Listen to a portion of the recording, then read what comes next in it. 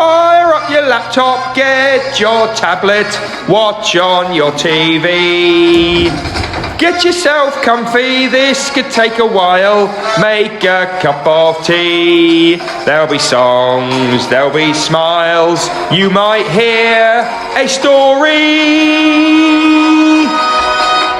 Tell your family, get your friends round for a Stukeley assembly.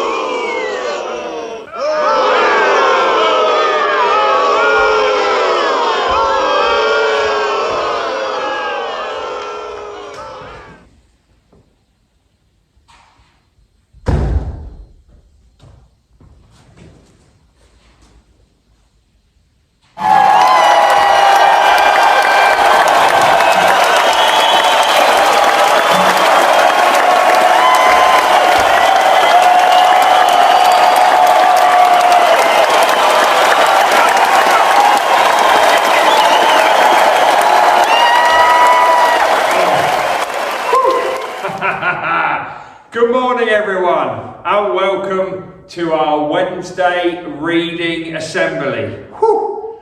That was a tricky start, and actually it's given me an idea for a brand new assembly feature.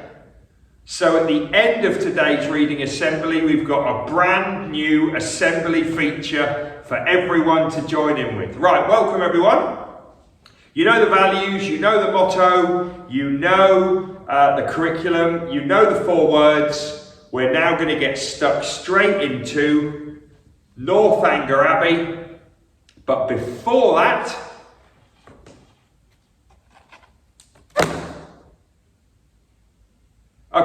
before we do that, we're going to have a look at what we know about Jane Austen. Come on! Right, very quick recap on what we know about Jane Austen. And to try and get it a bit more interesting, I'm going to throw in some Charles Dickens questions as well. So I wonder if we can compare, make some connections about the two. Right, Jane Austen, wrong way. Right, Jane Austen, here's our timeline. We know that she was born and lived in Georgian times, just before the Victorians, when we know Charles Dickens made his living. Right, there she is. I wonder why there's no photograph of her. Have a think about that. Right, she was a lady, she was an author. Right, I wonder, can we remember when she was born, when she started writing, and what she had 7 of? Yes, 1775 in Georgian times. She wrote lots as a teenager. And she had 7 brothers and sisters. Now, Charles Dickens, when was he born? I wonder who knows, in classrooms and at home. What did he do lots of as a child? Not sure he was a writer, maybe. And we know that he had 10 children. So he had 10 children. Jane Austen had siblings. As far as I know, she didn't have any of her own children. Right. What do we know about her writing, her themes? And what do we know about her books? Well, we know that nobody knew that she wrote the books when she was alive. It just said they were written by a lady. We know that Charles Dickens' name was on his books, so at the time that he was a writer, he was much more famous. We only knew who Jane Austen was after she died, unfortunately, and more of her books were published. We know that her themes were about the gentry. The gentry were people with lots of money that owned lots of land. What were the themes of Charles Dickens' books? Who can remember what his books tended to be about? Interesting link. And then the last one, we know that she wrote lots of novels. Here were 4: Pride and Prejudice, Sense and Sensibility, Northanger Abbey, and Emma. Who can name some Charles Dickens books? Right, enough about Jane Austen. Let's get back on Northanger Abbey. Right, very quick recap on Northanger Abbey so far. Catherine Morland, here she is our main character. And Catherine grows up into a young lady and decides to visit Bath and the pump rooms with one of her friends. They dress glamorously, they dress for the occasion, and they are at a party of sorts. She bumps into her brother James, and James is with his friend here, John Thorpe. And we soon realise that John Thorpe is a clumsy man, he's an arrogant man, he's a boastful man. And he very soon, I think, begins to fall in love with Catherine, and she doesn't begin to fall in love with him. But at the same time, Catherine makes friends with this lady, Isabella Thorpe, John's sister. And interestingly, Isabella does fall in love with Catherine's brother. So we've got a brother and sister falling in love, and we've got the other brother and sister not falling in love. So what we have so far is Catherine Morland is frustrated, and we finish the story with her going to sleep, having been reading one of her favourite books at the moment, Udolpho. And the next morning she had planned to meet up with Isabella, her new friend, to go for a walk. Okay, here we go.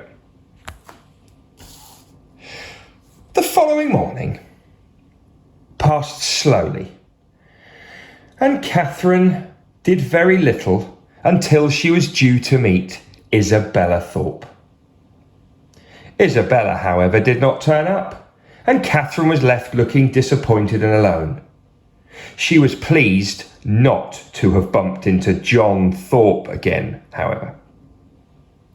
Then another gentleman arrived and introduced himself as Henry Tilney. He was very close to being a handsome man and was a few years older than Catherine Morland. He eventually asked her to dance, and they took tea together. "Well, Miss Morland," he said sometime later, "I have so enjoyed my afternoon in your company, and I would greatly love you to join me for a country walk tomorrow at 12 o'clock, unless, of course, it rains." Catherine's heart skipped a beat, and she agreed, and from that moment on desperately hoped that it would not rain and spoil her plans with Henry Tilney.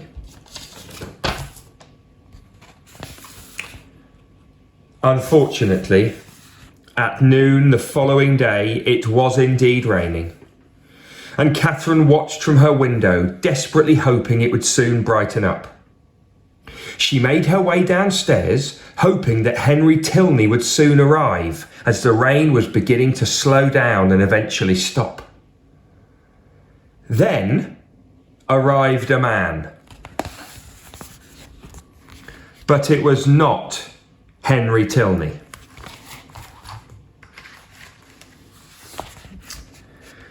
John Thorpe jumped out of the first carriage and called up to Catherine's window. Make haste, he urged her. "We are going to Bristol and to Blaise Castle." Although greatly attracted by the idea of a castle, Catherine said firmly, "I am already engaged for the afternoon. Mr. and Miss Tilney," that was Henry's sister, "Mr. and Miss Tilney said they would call at 12, but it was raining. As it has now stopped, I expect that they will be here any minute." "The Tilneys? I know them," laughed Thorpe. "I've just seen them walking in the other direction. You're safe from them today and are free to come with us." Isabella and James, now remember that's James is the brother of Catherine and Isabella is John's sister, joined them in Thorpe's persuasion from the other carriage, and disappointed that her new friends had so easily forgone their appointment, Catherine reluctantly agreed to join the others, and within 5 minutes they're off. I think we're all wondering if maybe John Thorpe has seen them walking away. Interesting. They'd only reached the end of Polentony Street when Catherine saw Henry and Eleanor Tilney walking towards her house. They stopped and looked in surprise as the carriage drove past. Oh, stop, Mr. Thorpe, pray stop, called Catherine. I cannot go on, I must talk to Miss Tilney. John Thorpe laughed and drove his horses forward. Now, he'd lied to her. So now he's not only a clumsy, confident, arrogant person, he's a liar. How could you tell me you'd seen them walking away? Asked Catherine, beginning to get angry. She watched Henry and Eleanor, still staring after her, become smaller and smaller as the carriage moved further away. They will think me so rude. I really must talk to them. You must stop. John Thorpe did not stop. The rest of the day was far from agreeable. Thorpe saw no fault at all in his behaviour and boasted all day about his horses. In spite of their reputation for speed, the party did not reach Blaise Castle before it was time to turn back to Bath.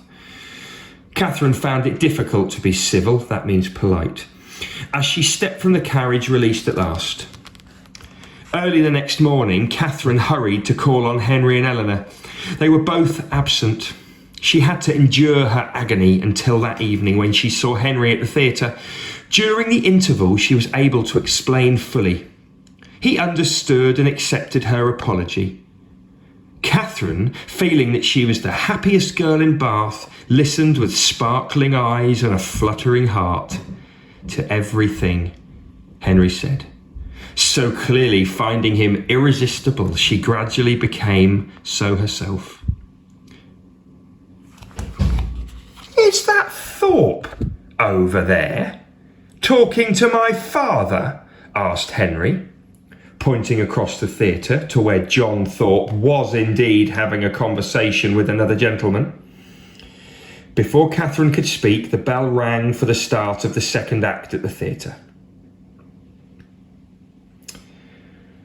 Right, we are almost going to finish the story here now, but just a quick recap. So John Thorpe, we know now, is not a nice man. He's almost a bit of a bully, and he's trying to almost bully and be very unkind to Catherine, who we know is falling in love with Henry Tilney.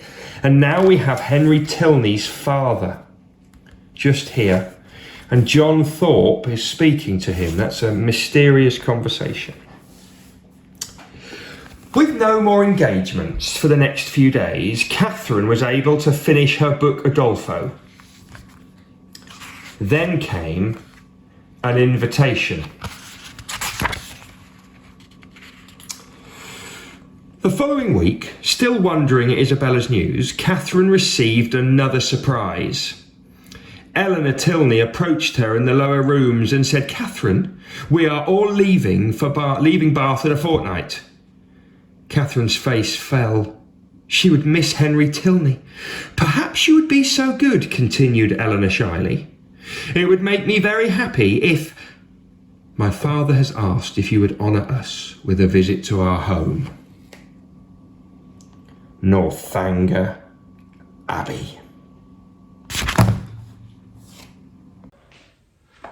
I'll tell you what, everyone, this Northanger Abbey is going to get much more interesting, so keep tuned in. Anyway, just before we finish today's assembly, I promised you a brand new feature. This feature is called Cheer, Boo, Song or Silence. Every time we play Cheer, Boo, Song or Silence, I am going to ask somebody to come out from behind the curtain.